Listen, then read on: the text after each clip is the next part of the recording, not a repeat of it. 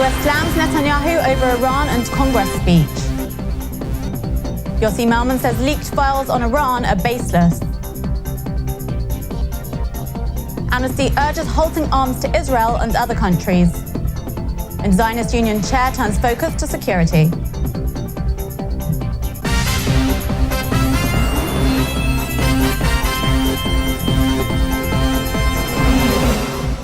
Shalom and welcome to the Jerusalem Post News. Here are the top stories for February 25th.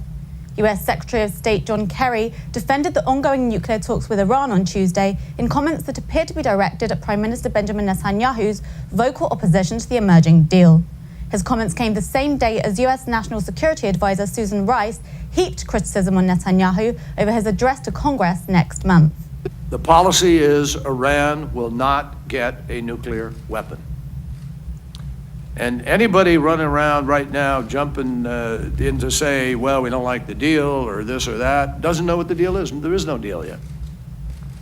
And I caution people to wait and see what these negotiations produce. The relationship between Israel as a country and the United States as a country has always been bipartisan. And we've been fortunate that politics have not been injected into that relationship. What has happened over the last several weeks, by virtue of the invitation that was issued by the Speaker and the acceptance of it by Prime Minister Netanyahu on 2 weeks in advance of his election, is that on both sides there has now been injected a degree of partisanship, which is not only unfortunate, I think it's destructive of the fabric of the relationship. Israeli analyst and Jerusalem Post contributor Yossi Melman dismissed yesterday media reports casting doubt on claims by Netanyahu regarding Iran's nuclear capability timeline. There is nothing in that document which is basically secretive. Any follower of Iran's nuclear program could have read the same information in the IAEA reports in the media. And there is nothing to suggest in the document that there was a wedge between what the Israeli Prime Minister Benjamin Netanyahu said and the Israeli intelligence community estimate. Meanwhile, in Iran today, the Revolutionary Guards staged war games in the Strait of Hormuz, including a gunboat attack on a model US warship. This was Tehran's latest display of military strength in a Gulf shipping channel, which is vital to oil exports. Amnesty International called on the global community to stop war crimes by halting arms shipments to countries such as Iraq, Syria and Israel, who they say could use them to commit mass atrocities. Our report this year for 2014-15 provides quite shocking details of the horrific violence and human rights abuses that civilians from Syria to Ukraine, from Nigeria to Gaza, have faced in this period.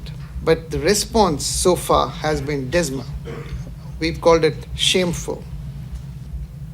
Amnesty issued this call in its annual report, The State of the World's Human Rights, which examines human rights abuses in 160 countries. According to the report, Israel was one of 18 countries where war crimes were committed by the government or armed groups. Amnesty briefly mentioned that Hamas had also committed war crimes for indiscriminately firing rockets at Israel. Palestinians near the West Bank town of Bethlehem say a mosque was vandalized and set on fire before dawn today. Authorities suspect the act was carried out by far-right extremists. According to local media reports, the alleged arson took place in the village of Jabba. The police and IDF launched a probe into the incident. And Zionist Union Chairman Isaac Herzog, Netanyahu's main political rival, battled the Prime Minister's accusation that he is soft on national security. Livni and I are running together. We're on the same ticket, but we will expose my story, my experience as a major in Unit 8-200, my experience as a minister in 5 different cabinet posts. I was a member of the Security Cabinet for 7 years. I took the most difficult decisions of life and death in closed rooms. Together with Livni, we are 15 years in that cabinet. We know what we're talking about when we're talking about security, when we're talking about foreign affairs, and when we're talking about Israel standing amongst the nations. That's it for today. We'll be back tomorrow with more news from Israel. Until then, shalom from the Jerusalem Post studio.